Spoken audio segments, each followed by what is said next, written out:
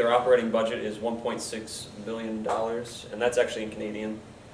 74% of this is financed by the International Olympic Committee, which is the committee that approves, a nation hosting the Olympics. So when they get this plan, they want it detailed. They want to see, how much thought you put into it and the effects that you feel are going to happen to the city.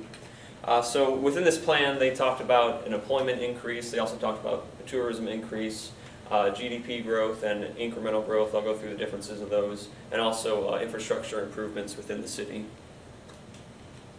As far as employment, they predicted that 77,000 person years, which is the average amount of basically hours that an employee would work in a year. So they predicted about 77,000 person years would be created from the games.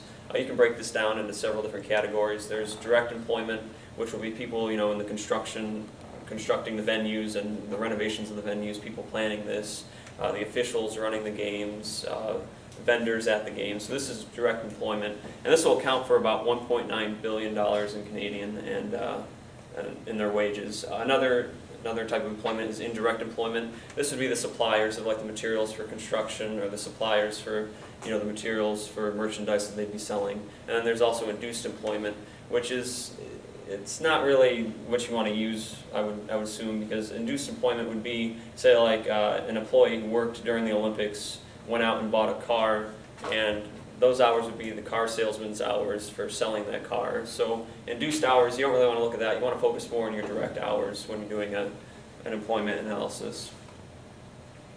As far as tourism, they predict that the first 2 or 3 years before the games that it will start as an effect of the Olympics. It'll be between about 250 to 500 million per year, and they expect it to peak around 1.5 billion during the games in 2010.